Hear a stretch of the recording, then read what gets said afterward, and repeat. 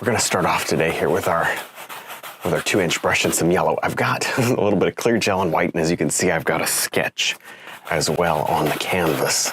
I'm gonna leave just a little bit of a spot open here, kind of unpainted. You may add a little white there, you may not need to. I'm gonna work outward from here and get a little bit more into the yellow ochre tones as I do work out from the center area. See that? Now we don't want it to look like an egg. Kind of looks like an inside-out egg or something. Now we'll need to transition out of these colors and we'll transition into even some greens and some grays. I think it'll be really pretty. Before we go too far, let's look at the paintings that you guys did in my last one. It's always fun to see.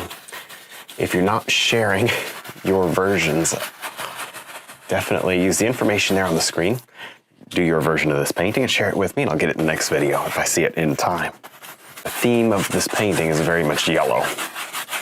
Okay, and now as we go out to the outer fringes, I'll grab a little bit of burnt umber and throw that in with the rest of this mess. Just see what comes out. If it's good, we'll just use it. There it is. So I've got all sorts of different things happening. It's a very interesting sky. Maybe not the most realistic thing in the world, but it's interesting, and I think it'll make kind of a neat painting. I'm just going to bring in a couple of branches here, nothing too special. Very subtle branches. Just using the same colors that I had going on in the sky. The only reason they show up is because the bottom is a little darker, or a little lighter, and these are a little darker. You can see up here they don't really show. Okay, that's just some background ones. And a lot of this will be covered with foliage anyways. Now right over here somewhere, I've got a little tree. There it is. That may be all that we do to this little tree. Maybe. We'll see. Okay. Well, I can see it. I don't know if you can see. Probably see it. It probably shows up better the further you go back. Actually, that sort of thing tends to work out like that. A little bit of umber. I want to darken this just a little. At this point, we're kind of playing around just with tones and with colors. These are some sort of like spruce tree or something. You see how I'm using my shapes like this instead of, the typical, I don't know, we're being very different today, and that's okay. Oh, there. We will have some green, and we may even want to put a little green on these trees, but the green will be more like in the highlights and in the midtones, if we even do any green. We will have green in the foreground, though. So I just thought I'd throw it out there so that at least we're all kind of on the same page. Not that you haven't already seen the finished product. This one's a little bigger, a little closer.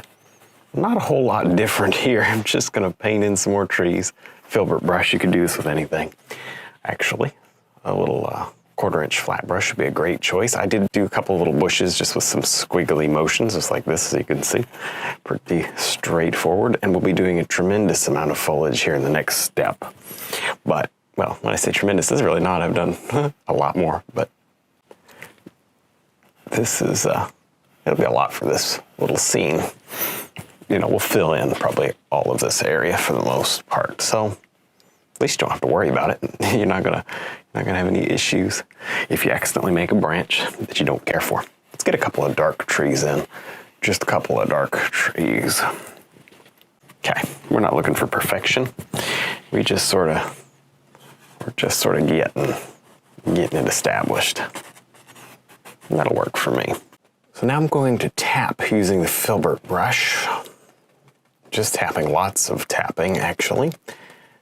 With just a similar kind of, I've worked in just a little sap green here in the color, which I think will be nice. I'm just going to look at my basic areas of foliage. I'm not going to just go in here and here's what I'm not going to do. How many of us do this? We don't want to be doing that. Instead, what you'd rather do, or at least what I would rather do, is get up in here and create clumps of foliage instead of little hits of foliage. And I know you think, come on, why am I even saying that? You'd be surprised how many times I see this. I see this a lot. So try to make your clumps work together. Close your eyes and just throw it in, but each one needs to touch another. Nothing is independent in these clumps. The clumps can be somewhat independent, but the actual strokes are not independent. Well, sticking here with the kind of the theme of the colors, you know, we don't want to go anything too wacky as far as color is concerned. We want to keep it very consistent. So that's what I'm doing here. I've got kind of this golden brown color. And I'm going to place in just some rock work here for the waterfall. Some of our rocks sort of painted in. There we go. Now you don't always have to underpaint underneath. It just depends on how deep you want your waterfall. Mine's not going to be that deep. I think I'm going to go ahead and underpaint just a little bit, and I'll probably end up wiping this off with a shop towel before. I know I will. I know I will, because I want that water to come off nice and clean on there. I don't want a lot of mixing. Probably wipe the rocks also. Now we don't want no contrast. Actually, I do want a fair bit of contrast here. See, that's starting to get fairly dark. Now, it's kind of hard to want to get dark because we're so light up at the top here, but we're gonna have a tree coming across that's nearly black. So believe me, this will not be out of place. So I'm gonna quickly transition here into just some brown and black, little red, warm colors, obviously. Even a little of my yellow ochre continuing is good. You know, that keep that yellow ochre flavor going through the painting. I think that's pretty important. But I lost my water. Oh, there it is right there. There. Yeah. Now back here, I do want it a little lighter just because it's further away. Won't be so dark. But we'll just sort of underpaint the rocks like this. I'll try to leave some areas kind of highlight and some areas kind of shadowed, but I'm not going to go too crazy with that. You know, there's a highlight here and this is a shadow down here. You know, kind of pay attention to your shadows and your angles. Well, now I'm going to place in just like some shrubs and bushes here. We may turn these into little flowering bushes. That'll work right there. We'll probably almost certainly have, there's my color right here, kind of a little green in it, but we'll almost certainly have to wipe these off with a shop towel in order to get any kind of beautiful flower color to stick on top. I bet it doesn't stick unless we do wipe it off, but there you go. That's it for now. Okay, I need to fill in down here, and I want to do that just basically with black, little yellow ochre. That'll make kind of a green. A little tinge of blue is okay. I don't want to maybe do too much of those cool colors. So there we go. Reds, just kind of put it all down and mush it together and see what comes out. If it's real bad, you can wipe it off, but it should be okay. There, wipe it off and put a different color down. Anything that kind of fits the painting. Fairly dark. You know, not totally black, but fairly dark. Should be good enough. So now I've got a purple mixed up, and I don't really want an overly dark purple. So I'll lighten it here with some white. And I'm gonna just place in, our water, our shadow water. And then over this, I'll pull my highlights. Very straightforward. I would say the only thing here to watch for is be sure you wipe this off with a shop towel. Actually, I'm going to wipe the rocks and this area with a shop towel before we do anything else, really. And then way back up in here, our little waterfall. Kind of forgot all about it. It's been a little bit since we messed with it, but there you go. There it is. Going right on in. There. It's not going to be a big waterfall today. There we go. Just finishing up wiping this area with a shop towel. Actually, I did this several times. You do this 2 or 3 times to get all the paint off that you want. And so now it's just a dry little bit of paint that's left on there. It's worked well. Not so much that it's dry, it's just that there's not much left and it's worked well into the weave of the canvas. All right, so now I've got some yellow ochre and some white there. Okay. That'll work. Fan brush. It should work. It's kind of an old-fashioned way to paint a waterfall with a fan brush, but it works. I don't recommend maybe doing it, well, at least for me, I don't think I'm going to do the whole waterfall like this, but I think I'll probably end up changing to the detail brush to finish. This will at least give me a good start. I like to have more than one brush stroke going, as you know. Because if you have multiple brush strokes, and you'll have a more interesting painting. Okay, and a big splash there and so on. I'll mess around with this. This is not final, you know, I may change it, move things around. I gotta put paint down so I've got at least something to work with. And then I'll come up into these rocks. This golden yellow ochre color is great. It's reflecting the light. I just think it's beautiful. There, just adding in a large tree. You can work from the bottom to the top, or the top to the bottom, and join them up together. It doesn't make a whole lot of difference. All right, be careful. Go right over all this. There's not a lot of room to hide. There. Filbert brush still. I've done most of this painting with the filbert brush. I'm pulling it to a nice sharp edge. There. Because I only have very little paint up in here, this filbert brush is working okay. If I had too much paint, I'd need to use a softer brush.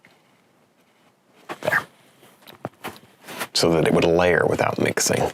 But as it is, it's not mixing that much. Very little. Just sliding right along.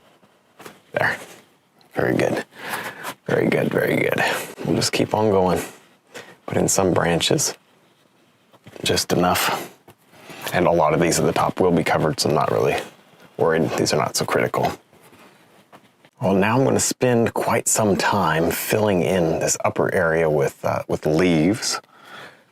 I can go fairly thick. In fact, you'll see that I am going fairly thick. Just a dark black, green, little red. Actually a little yellow too. You don't have to be perfect with your color. It doesn't even have to be over mixed.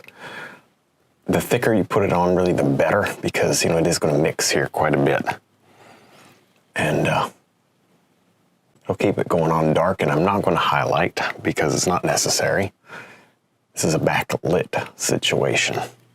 So there you go. In fact, it wouldn't hurt to, because we're going to fill most of this in, it wouldn't hurt to actually remove some of that with a paper towel. I may do that, shop towel, not a paper towel.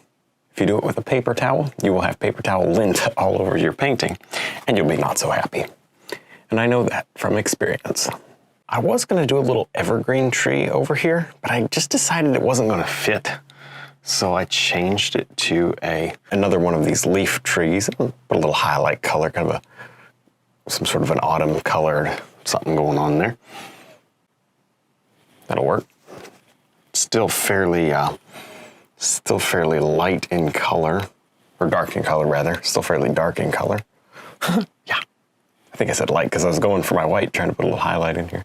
I probably will put some like green in the foreground too.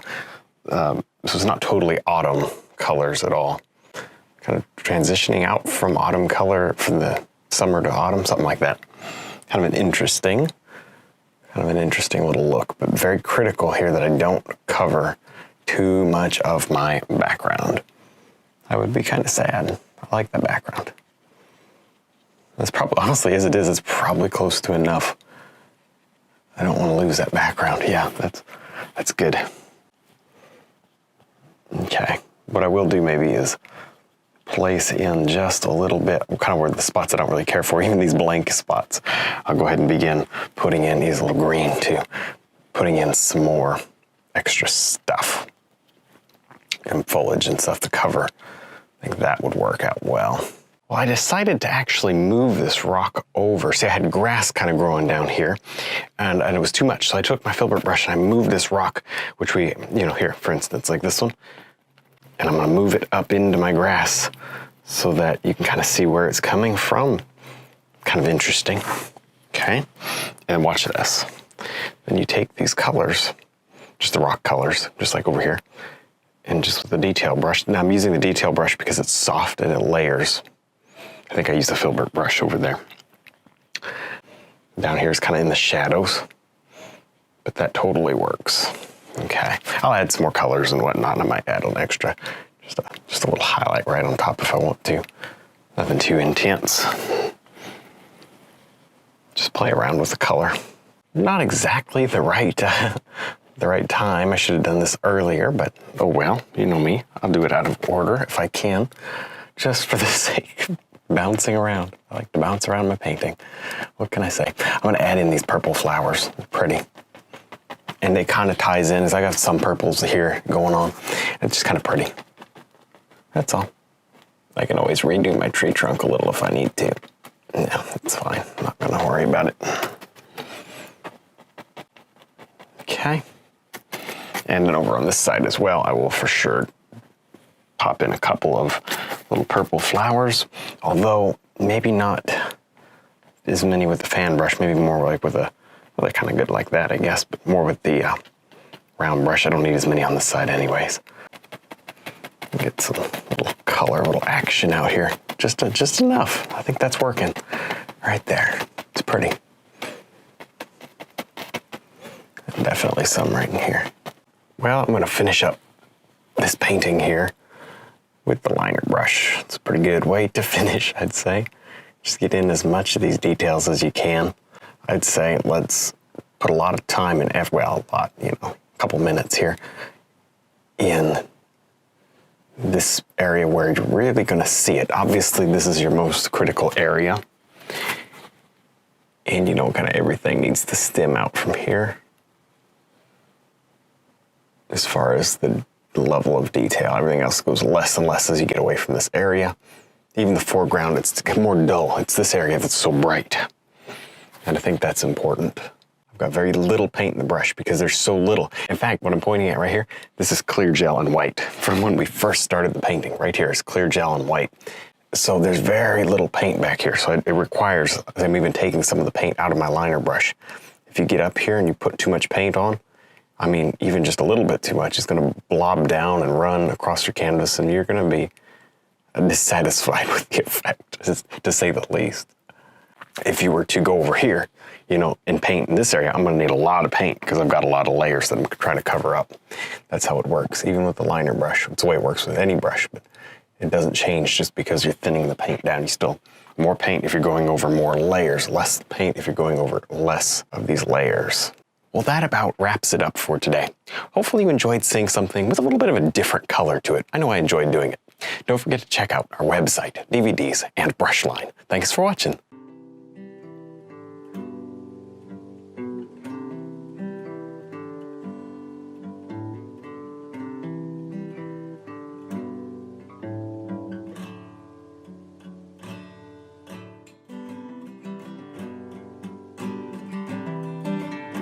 Well, hopefully you enjoyed this video. Remember to subscribe if you're not already, and click the like button. That helps me out a lot. Stick around, watch a couple more videos, and stay inspired.